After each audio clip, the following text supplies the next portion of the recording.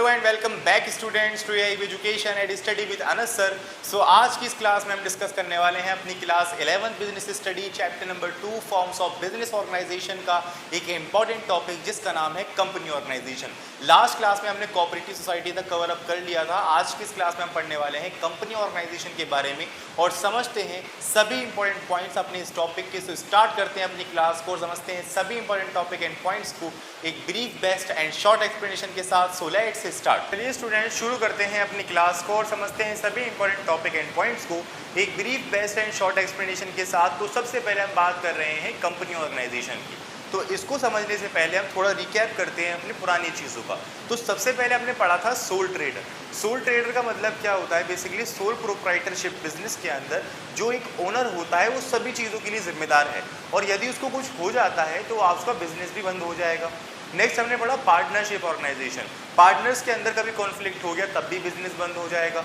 Next हमने पढ़ा LLP, उसके अंदर भी सेम सिचुएशंस होती हैं। नेक्स्ट हमने पढ़ा कोऑपरेटिव सोसाइटी। कोऑपरेटिव सोसाइटी के अंदर क्या होता है कि जो भाई मेंबर्स हैं उनके बीच में कॉन्फ्लिक्ट हो गई तो कोऑपरेटिव सोसाइटी बंद हो जाएगी।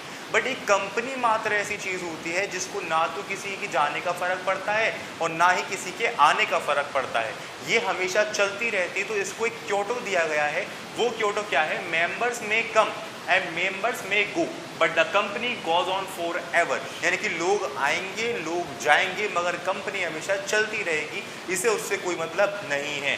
तो a group of people which is incorporated under the company act whose creation is due to the special purpose, the liability of the member is generally limited, whose existence is separate from its member and is the continuous or perpetual and which has a common seal is called a company. So this is definition of company organization. तो देखिए इसका मतलब जानो पहले क्या होता है। Company organisation एक ऐसी फॉर्म ऑफ बिजनेस ऑर्गेनाइजेशन है जिसको ना तो किसी के आने का फ़र्क पड़ता है और ना ही किसी के जाने का फ़र्क पड़ता है। अगर किसी की डेथ हो जाती है तब भी इसे कोई फ़र्क नहीं, अगर कोई बिजनेस छोड़ के चला जाता है तब भी इसे कोई फ़र्क नहीं, क्योंकि इसके अंदर बहुत सारे शेयर होल्डर्स होते हैं जो कि इस कंपनी को रन कर रहे होते हैं। और मैं आपको बात करूं कि अब तक हम जितने भी टॉपिक्स पढ़ते हुए आए हैं उसमें हमने एक चीज़ कॉमन देखी जिसका नाम है लैक ऑफ कैपिटल। यानी कि सोल प्रोप्राइटरशिप के अंदर जब कोई एक बंदा होता है तो उसके पास कैपिटल की कमी होती है, तो हम पार्टनरशिप फॉर्म कर लेते हैं। जब हम पार्टनरशिप फॉर्म कर लेते हैं तो उसमें हमें लाइबिलिटी की फिक्र लगी रहती है, तो हम लिमिटेड लाइबिलिटी पार्टनरशिप फॉर्म कर लिया हमने। उसके बाद एक न्यू टॉपिक ही आ जाता है, इसका नाम है कोऑपरेटिव सोसाइटी। तो हर एक के अंदर एक कैपिटल की कुछ ना कुछ कमी बनी रहती है, मगर यहाँ क्या होता है, यह बहुत सारे नंबर्स के अंदर हमारे पास शेयर होल्डर होते हैं जिन्होंने हमारी कंपनी में पैसा लगा रखा होता है। सबसे बड़ा एग्जांपल है टाटा कंपनी। टाटा जी की डेथ होने के बाद भी उनकी कंपनी चल रही है, नए प्रोडक्ट्स बना रही है, सेल हो रही है, मार्केटिंग हो रही है, सब कुछ हो रहा है, कुछ फर्क तो नहीं पड़ा ना। तो इसीलिए बताया गया है कि ये एक आर्टिफिशियल पर्सन बनाती है अपने आप से, जिसकी ना तो कोई आत्मा होती है और ना ही कोई जिंदगी होती है, यह हमेशा चलती रहती है। सीधी सी बातें समझाया गया है। तो यहाँ पर हम बात कर लें कुछ एसेंशियल्स पे या कुछ फीचर्स पे। तो पहला आता है incorporated association of person. Basically हम बात कर रहे हैं इनकॉर्पोरेटेड एसोसिएशन ऑफ पर्सन। तो इनकॉर्पोरेटेड एसोसिएशन ऑफ पर्सन का मतलब क्या होता है? कंपनी के दो भाग निकल कर आते हैं। पहला होता है पब्लिक कंपनी, दूसरा होता है प्राइवेट कंपनी। इन दोनों की ही अभी आप समझने वाले हैं। पहले समझ लीजिए कि अगर पब्लिक कंपनी फॉर्म हो रही तो उसमें कम से कम हमें 7 जनों की ज़रूरत है, और यहीं पर अगर हम प्राइवेट कंपनी फॉर्म कर रहे हैं तो उसमें कम से कम हमें 2 जनों की ज़रूरत है। तो यहाँ बता रखा है कि कोई एक सिंगल पर्सन किसी भी हालत में कोई कंपनी फॉर्म नहीं कर सकता, उसके पास मल्टीपल लोग होने चाहिए, एक टीम होनी चाहिए। ठीक है, तो इनकॉर्पोरेटेड एसोसिएशन ऑफ पर्सन हो गया। नेक्स्ट हमारे पास आता है आर्टिफिशियल लीगल पर्सन। यानी कि मैंने आपको बताया कि ये फुल ऑफ लॉ के माध्यम से, कंपनी एक्ट के माध्यम से, इनकॉर्पोरेटेड एसोसिएशन एक्ट के माध्यम से ही ये फॉर्म होती है, जो कि एक आर्टिफिशियल लीगल पर्सन फॉर्म करती है जिसकी कोई आत्मा नहीं है मगर वो चला रहा है। यानी कि लॉ चला रहा है, कंपनियों कोई इंसान नहीं चला रहा। यहाँ पे हर पर्सन की लाइबिलिटी लिमिटेड रहती है, उसका सिर्फ पार्टिसिपेट उतना होता है जितना उसने कॉन्ट्रीब्यूट किया हो। अगर कंपनी किसी लॉस में जा रही है, शेयर होल्डर का पैसा नहीं दे पा रही, तो कंपनी बिकेगी, आपका कुछ नहीं बिकेगा। सीधी सी बात है। अगर कंपनी के पास ये हमारी, अगर हम कंपनी फॉर्म कर रखे हैं हमने, तो कंपनी के पास ये ताकत है कि वो कोई भी एसेट परचेज कर सकती है, लाइबिलिटी इनकर्ड कर सकती है, ये उसके पास ताकत है। यानी सेपरेट लीगल एंटाइटी उसके पास साफ साफ है। तो आर्टिफिशियल लीगल पर्सन हो गया, सेपरेट लीगल एंटाइटी भी हमने समझ लिया। फिर हम बात कर रहे हैं परपेचुअल सक्सेशन, यानी कि इसको ना तो किसी के आने की परवाह है, ना जाने की परवाह है, ना ही पैसों की, ना किसी और चीज़ की। ये हमेशा चलती रहेगी, जितने शेयर होल्डर्स उसमें जुड़ते जाएंगे, जितना इनोवेटिव आइडिया मैनेजमेंट इसको देगी, चलती रहेगी। That's it. फिर हमारे पास है लिमिटेड लायबिलिटी, यानी कि हमने देखा भाई हर पर्सन की यहाँ लायबिलिटी क्या है, लिमिटेड है, किसी की भी अनलिमिटेड लायबिलिटी नहीं है। क्यों? क्योंकि यहाँ पर एक तरह से हम एक्ट के बेस पे काम कर रहे हैं, कंपनी बेस पे काम कर रहे हैं। कंपनी के पास ये ताकत है, उसके पास सेपरेट लीगल एंटाइटी है कि वो किसी भी तरीके से कोई एसेट परचेज कर सकती है कंपनी के नाम पर, और लायबिलिटी भी इनकर्ड कर सकती है कंपनी के नाम पर। That's it. फिर इसके पास होता है कॉमन सील, यानी कि अभी तक हमने देखा भाई पार्टनरशिप के अंदर कई सारी डिफरेंट कंडीशंस होती हैं कि बेसिकली इस पार्टनर में क्या होना चाहिए कि भाई ये इतने पार्टनर्स के सिग्नेचर होने चाहिए, तब वो असाइनमेंट, वो एग्रीमेंट माना जाएगा। मगर इसके पास ऐसा कुछ नहीं होता, इसके पास एक कॉमन सील होती है जो कि लगा दी जाती है किसी भी रजिस्ट्रेशन पर, किसी भी एग्रीमेंट पर या किसी भी और चीज़ पर। तो common seal is one of the main function perform in this history.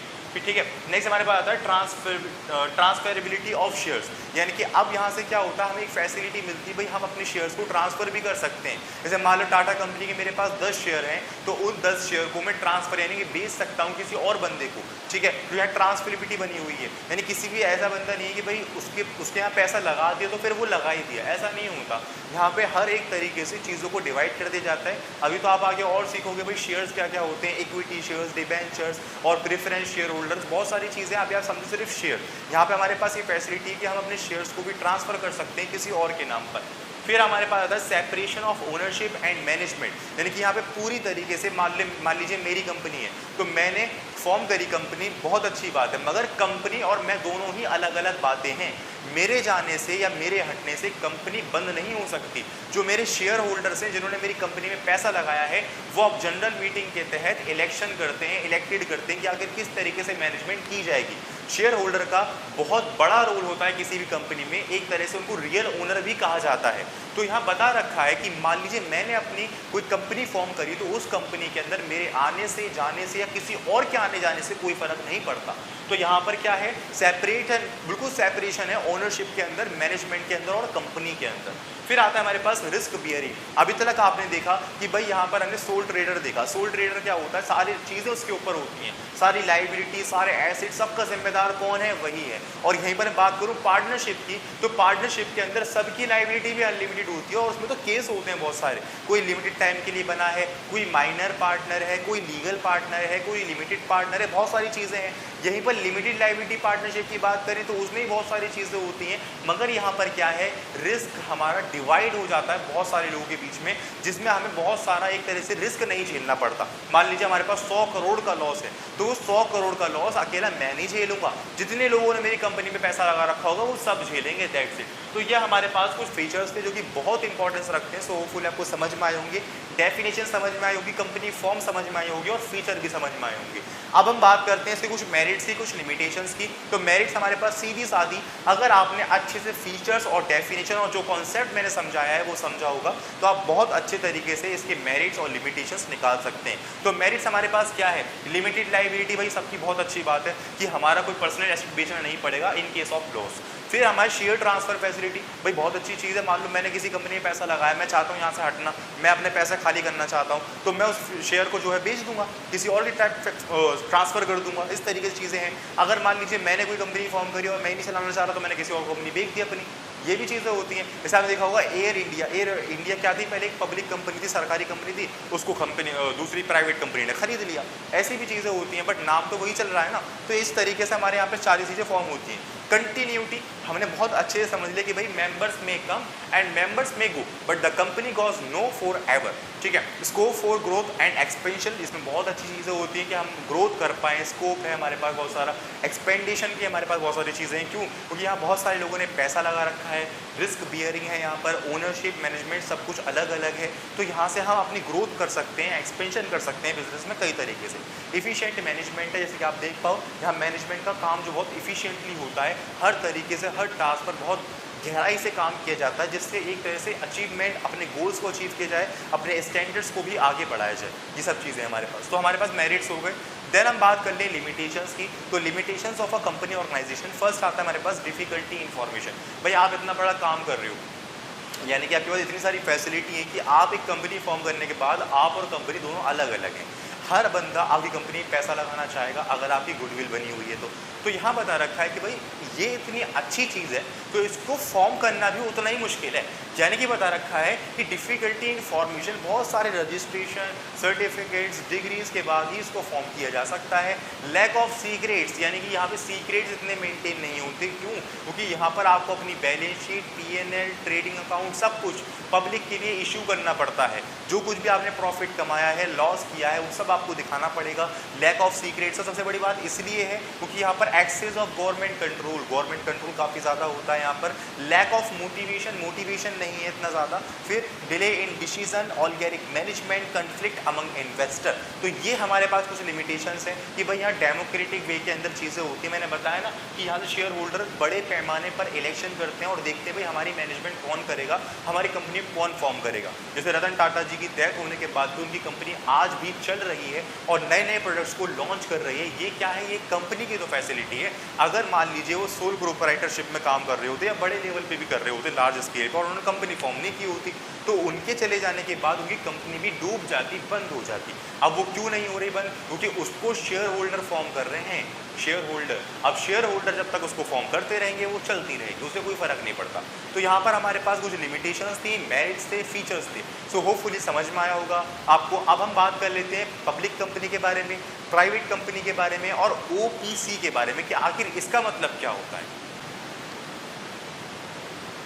तो चलिए स्टूडेंट्स, अब हम बात करते हैं प्राइवेट कंपनी और पब्लिक कंपनी के बीच के डिफरेंस की और समझते हैं आखिर क्या मतलब होता है इनका। तो देखिए, private company it refer to a company whose shares can not be sold to the general public according to the section 0.2 sub section 68 of the companies act 2013।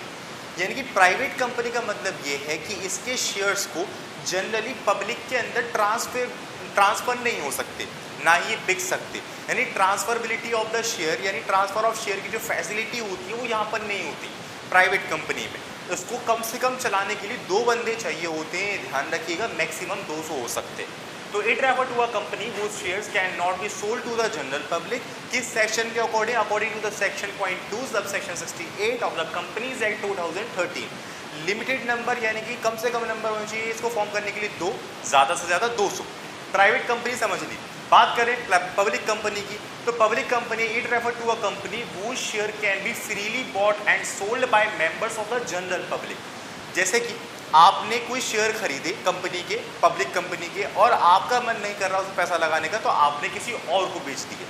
ये होता है ट्रांसफरबिलिटी ऑफ द शेयर। यानी कि मैंने किसी company में पैसा लगाया, फिर मैंने ही किसी को वो बेच दिया, तो ट्रांसफरबिलिटी ऑफ द शेयर यहाँ बना रहता है, ऊपर नहीं बना रहता। ऊपर आपने पैसा लगा दिया, सो लगा दिया भाई, अब वो वापस नहीं होगा, ट्रांसफर नहीं हो सकते आपके share. According to the section 0.2 sub section 71 of the companies act 2013, ये भी हमारा सेम चीज़ है बट सब सेक्शन बदले हुए हैं, ये ध्यान रखिएगा।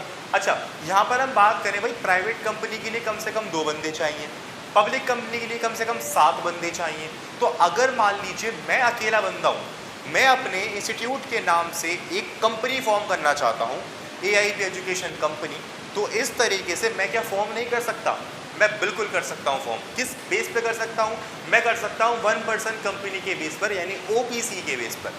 तो it refer to a company which has only 1 person as a member and which work on the principle of an ordinary company according to the Indian companies act 1956। ध्यान रखिएगा कि मैं अकेला होने के बाद भी अपनी कंपनी फॉर्म कर सकता हूँ, अपने प्रिंसिपल्स पे अपना बिजनेस को चला सकता हूँ और सभी कुछ मैं ही कर सकता हूँ, बट मेरी कंपनी जो है वो एक फॉर्म हो जाएगी और मैं पैसा भी उठा सकता हूँ मार्केट से, क्योंकि मेरे पास एक सेपरेट लीगल एंटिटी होगी। ठीक है, अब ये किसके द्वारा है? According to the Indian companies act 1956। ये लोकसभा के अंदर पास हुआ हुआ बिल है। एक बिल रखा गया था कि भाई जो सोल प्रोप्राइटरशिप है, यानी कोई एक बंदा अगर कंपनी फॉर्म करना चाहता है, क्या वो नहीं कर सकता? तो वो कर सकता है। आफ्टर बिल जब लोकसभा में रखा गया तो वहाँ से वो पास होकर आया। जब the company bill 2012 was passed in the Lok Sabha, सीधी बात, लोकसभा से पास होकर आया था 1 पर्सन कंपनी का बिल। इसका एक क्योटो दिया गया है 1 डायरेक्टर एंड 1 शेयर होल्डर। ना ही किसी के पैसे की ज़रूरत और ना ही किसी की मैनेजमेंट की ज़रूरत। जैसे सोल प्रोप्राइटरशिप में होता है अकेला बंदा सब कुछ, तो इसमें भी अकेला बंदा सब कुछ और आपको कंपनी भी मिल गई। तो अब मैं बात करूँ ज़रा causes of the formation of OPC। तो पहला क्या होता है? Making the unorganised sector as a organised. देख पब्लिक कंपनी भी एक ऑर्गेनाइज सेक्टर है, लिमिटेड लाइबिलिटी भी, कोऑपरेटिव सोसाइटी भी, और जो हम कंपनी ऑर्गेनाइजेशन पढ़ रहे हैं वो भी।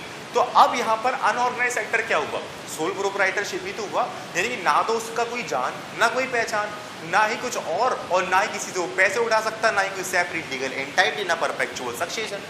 तो आफ्टर अनऑर्गेनाइज सेक्टर को एक ऑर्गेनाइज सेक्टर बनाया गया with use of OPC, public sector, 1% company के माध्यम से उसको एक तरह से ऑर्गेनाइज सेक्टर बनाया गया। यहाँ बताया क्या है, making the unorganised sector as a organised. Second point, stopping the formation of private company can be wrongly, यानी कि अब तक हमने क्या समझा कि भाई प्राइवेट कंपनी का मतलब क्या है, कम से कम 2 बंदे, बट यहाँ पर ऐसा नहीं है। यहाँ पर अगर मैं अकेला हूँ तब भी मैं कंपनी को फॉर्म कर सकता हूँ। फिर हमारे पास आता है फीचर्स। फीचर्स क्या है भाई, इसका ओनली 1% इज रिक्वायर्ड, बहुत सारे लोगों की ज़रूरत नहीं है, ना ही 2 लोगों की ज़रूरत, ना 7 लोगों की ज़रूरत, मैं अकेला सब कुछ कर सकता हूँ। Second, status equal to the private company, यानी भले ही आप अकेले ही कंपनी फॉर्म कर रहे हो मगर आपकी स्टेटस के अंदर किसी भी तरह की कोई गिरावट नहीं आएगी। जितनी मान्यता प्राइवेट कंपनी की है वो अपने पैसे को पब्लिक से उठा सकती है, आप भी सेम ऐसी चीज़ें कर सकते हो भाई। अगर आप बड़े लेवल पे चले जाओगे तो आपका स्टेटस बिल्कुल इक्वल है प्राइवेट कंपनी के। Next, appointment of nominee. अब आप कहोगे सर यहाँ तो फिर से वही चीज़ आ जाएगी परपेचुअल सक्सेशन वाली। परपेचुअल सक्सेशन मतलब क्या है कि मान लीजिए अगर कोई एक बंदा कंपनी फॉर्म करने वाला ही नहीं रहा तो कंपनी कैसे चलेगी। तो इसकी जिम्मेदारी यहाँ पे क्या होती है, नॉमिनी के पास। एक एग्रीमेंट होता है, जाहिर सी बात है कंपनी बना रहे हैं तो एक लीगल बेस पे काम कर रहे होंगे, तो वहाँ पे नॉमिनी का नाम डाला जाता है कि अगर मैं नहीं रहा तो मेरे बाद इस कंपनी को ये संभालेगा या इसका होल्डर ये होगा, that's it, appointment of nominee. दूसरा होता है जॉइंट होल्डर। मान लो मैंने कंपनी बनाई थी, मेरा छोटा भाई आ गया कि भाई मुझे भी इसमें शामिल कर लो, तो मैंने उसे भी शामिल कर लिया, कोई दिक्कत नहीं है। वैसे तो 1 डायरेक्टर एंड 1 शेयर होल्डर होता है, बट हम किसी और को भी पार्टिसिपेट में ला सकते हैं, जॉइंट होल्डर उसको बोला जाता है, सिंपल बात है। फिर लिमिटेड लाइबिलिटी। अब यहाँ से क्या होगा कि भाई कंपनी के नाम पर चीज़ें हैं, मेरी लाइबिलिटी क्या रहेगी, लिमिटेड रहेगी। पहले क्या होता था सोल प्रोप्राइटरशिप में कि हमारी लाइबिलिटी अनलिमिटेड होती थी, भाई कुछ भी हुआ तो मेरे पर्सनल एसेट भी बेच दिए जाएंगी उस लाइबिलिटी को पूरा करने के लिए। बट अब ऐसा नहीं है, अब मैंने कंपनी बना दी, जीएसटी नंबर ले लिया, अब सारी लाइबिलिटी क्या है मेरी, लिमिटेड है, जो कुछ है वो कंपनी का है, दैट्स इट। फिर स्पेशल वर्ड्स विद नेम, आपको एक स्पेशल नाम मिलेगा भाई, जैसे मान लीजिए आपकी कंपनी के नाम के बराबर में लिखा होगा ब्रैकेट में OPC, 1% company, this is your special name, ठीक है। फिर नंबर ऑफ डायरेक्टर, वैसे नंबर ऑफ डायरेक्टर की यहाँ ज़रूरत होती नहीं है क्योंकि 1 share holder 1 director, joint holder कर लिया तो 2 हो जाएंगे, मगर अगर ज़रूरत पड़े तो हम 15 डायरेक्टर से अबव या 15 डायरेक्टर तक रख सकते हैं अपने पास। फिर मीटिंग ऑफ डायरेक्टर्स। अब देखिए जैसे मान लीजिए मैंने रख लिया, क्यों रख लिया कि भाई जितने लोग होंगे उतने इनोवेटिव आइडियाज़ आएंगे, उतनी इनोवेशंस आएंगे मेरे पास। तो यहाँ पर क्या है, उनकी नंबर्स ऑफ डायरेक्टर की मीटिंग भी होती है, कई बार मीटिंग्स ऑफ डायरेक्टर्स कम से कम 90 दिन के कम गैप में मीटिंग्स होती हैं, कम से कम ऐसा होता है, मतलब एक होता है ना गैप की, भाई इतने दिनों में मीटिंग रखनी है, हमें देखना है कि एनालाइजिंग करनी है चीज़ें कि हम क्या कर रहे हैं, कहाँ को क्या गलती कर रहे हैं और हमें कितने हम स्टैंडर्ड्स के अकॉर्डिंग काम कर रहे हैं, कहाँ डिफिशियंसी आ रही है, कहाँ इफिशियंसी आ रही है, इस तरीके से चीज़ों को ऑब्जर्व करना, तो वो कम से कम 90 दिन के अंदर एक मीटिंग तो होनी चाहिए। फिर एनुअल जनरल मीटिंग, वही जैसे एनुअल समझ में आ रहा है भाई, साल में एक मीटिंग होती है एनुअल जनरल मीटिंग। फिर परपेचुअल सक्सेशन, यानी हम देख लिया कि यहाँ पर क्या है, अपॉइंटमेंट ऑफ नॉमिनी हो रहा है तो परपेचुअल सक्सेशन से यही बंद नहीं होगा, काम चलता रहेगा अपना। फिर सेपरेट लीगल एंटाइटी, आपको एक सेपरेट लीगल एंटाइटी मिल जाती है जो कि एक स्पेशल वर्ड के नाम से मिल जाती है, यानी कि ओपीसी के नाम से।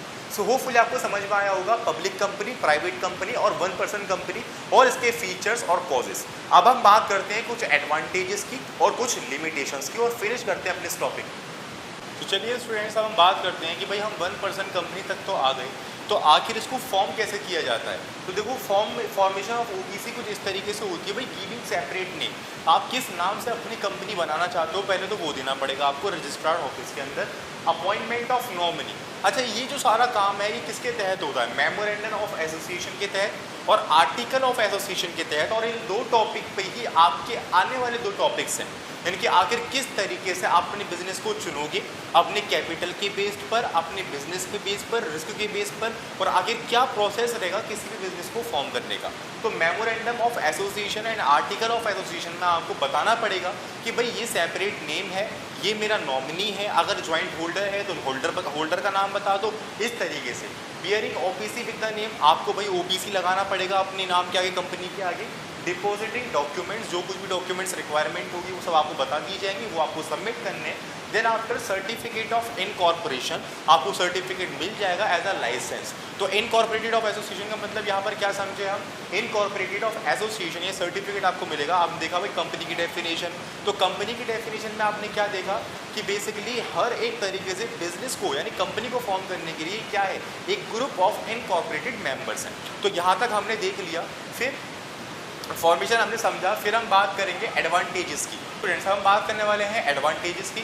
तो एडवांटेजेस ऑफ ओपीसी क्या क्या चीज़ें होती है, देखो first of all limited liability, जैसे कि आपने देखा कि भाई सबकी लाइबिलिटी क्या थी, अनलिमिटेड थी सोल प्रोप्राइटरशिप में, अब हमारी लाइबिलिटी क्या है, एक लिमिटेड है। फिर good alternative of sole proprietor business, यानी कि बहुत अच्छा विकल्प है ये सोल प्रोप्राइटरशिप बिजनेस से बेहतर, आप अपनी कंपनी फॉर्म कर लो, आपकी वैल्यू ज़्यादा बढ़ेगी।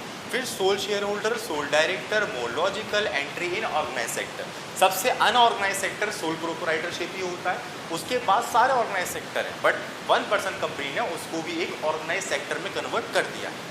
अब मैं बात करूं लिमिटेशंस की, तो more formalities, shortage of resources and unbalance decision. तो यहाँ भाई मोर फॉर्मेलिटीज़ हैं, इतनी सारी फॉर्मेशन आपको देनी पड़ेगी, डॉक्यूमेंट सबमिट करने पड़ेंगे, यानी कंपनी में क्या होता है बहुत ज़्यादा टाइम लगता है ना फॉर्म करने में। सेम चीज़ बता रखी है, शॉर्टेज ऑफ रिसोर्सेज है भाई, बहुत सारी कम रिसोर्सेज हैं, वही वाली बात है, तो कम पैसा है मेरे पास, कम रिसोर्सेज हैं से, और अनबैलेंस डिसीजन है, आप डिसीजन मेकिंग काफ़ी अनबैलेंस हो जाती है। कंपनी फॉर्म करने के बाद हमें रिपोर्ट देनी पड़ती है, गवर्नमेंट चेकआउट करती है हर चीज़ों को टैक्सों को हमें पे करना पड़ेगा, मतलब बहुत सारी चीज़ें हैं। अगर कंपनी हमने फॉर्म कर ली, एक्टों के अकॉर्डिंग हम चल लिए, प्रॉपर्टीज़ के अकॉर्डिंग हम चल लिए, और अपने प्रिंसिपल्स के अकॉर्डिंग। सो बेसिकली ये हमारा टॉपिक था कंपनी ऑर्गेनाइजेशन का।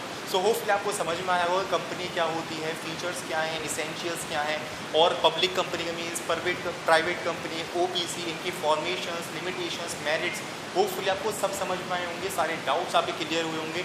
मैं मानता हूँ कहीं कोई डाउट नहीं बचा होगा, बट फिर भी कहीं कोई डाउट छोटा सा भी रह गया हो तो आप मुझे ज़रूर बता दीजिएगा, मैं उसको क्लियर करने की पूरी कोशिश करूँगा। अदरवाइज़ आप चाहते हो भाई इनके पूरे ब्रीफ नोट्स मिल जाएँ आपको, यानी कि अब तक तो मतलब जैसे मैंने नोट्स फ्री में लिखवाए, ताकि जितनी चीज़ें आपने पढ़ी, कैच आउट करी, उन सबको आप एक बार अपनी लैंग्वेज में लिखो। बट फिर भी एक बार आप रिवीजन के लिए उनसे चेकआउट करवाना चाहते हो तो आप मेरे इंस्टाग्राम अकाउंट पे मुझे भेज सकते हो, अदरवाइज कमेंट सेक्शन के अंदर भी सारे क्वेश्चन आप पूछ सकते हो। सो मिलते हैं नेक्स्ट क्लास के अंदर एक नेक्स्ट टॉपिक के साथ, एक brief, best and short explanation के साथ। Thank you.